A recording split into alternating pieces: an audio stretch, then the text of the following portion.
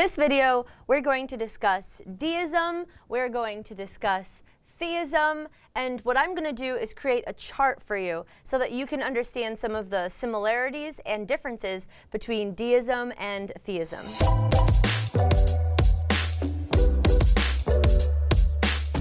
So we've got this chart here.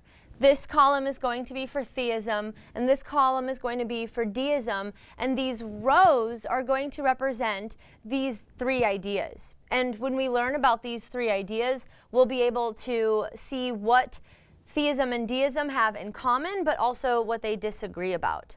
So this first column, creator God. In theism, there is a creator God. In deism, there is a creator God. But what does that mean?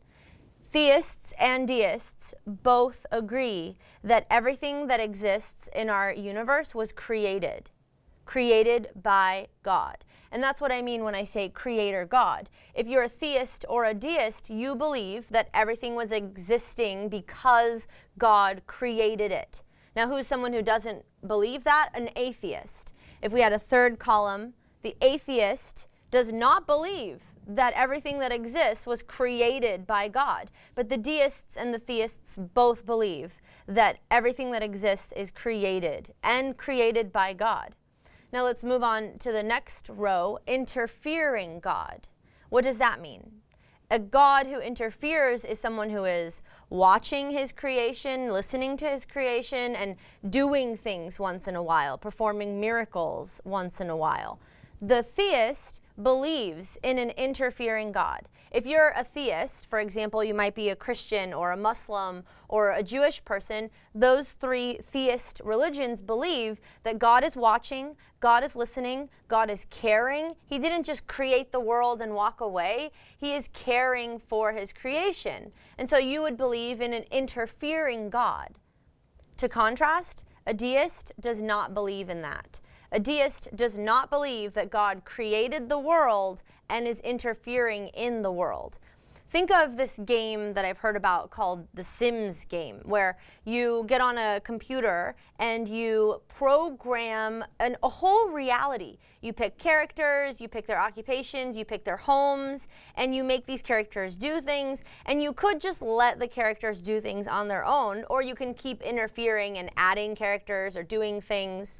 If you've never played Sims before, imagine if you're in a car and you put the car on cruise control. You set up what's going to happen, right? You set up the miles that it's going to travel, 60 miles per hour, 40 miles per hour, and then the car just goes on its own. You don't have to keep interfering. The deists believe that God is like the creator of a Sims world, where God set it all up, and then the thing is just going on its own. God is not interfering. God is not performing miracles. God is not listening to his creation. God is not listening to your prayers. God is not watching what happens to his creation. And for the cruise control example, God set the car to go at a certain speed. He set up the universe to move at a certain speed and for things to happen. And then he just walked away. That's what the deists believe. The deists do not believe that God is an interfering God.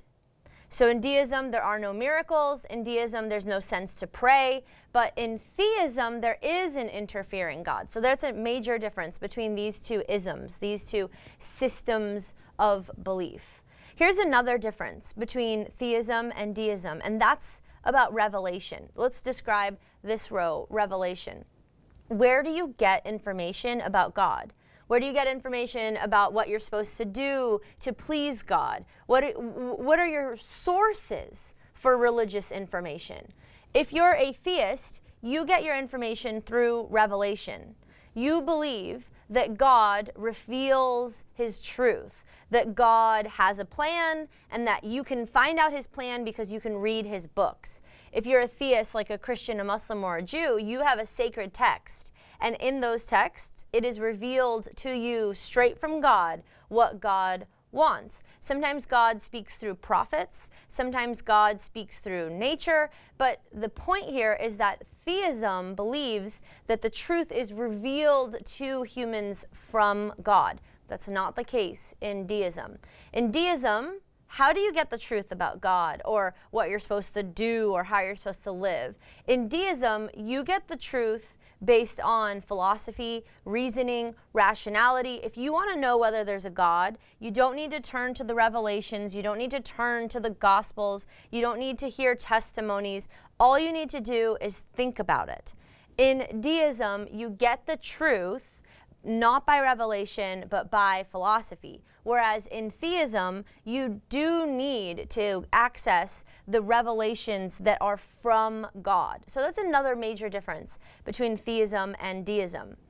Theism and deism, let's recap, are two different views that you might have about religion. And both of these are religious beliefs. Both of them believe in a God. Both of them believe that a God created the things that exist. But then there's these differences too. In theism, you have a God who cares and is watching and is listening and is participating and once in a while makes miracles happen because people are praying.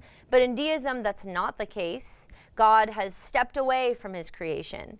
Another difference is about epistemology, or how you get the truth.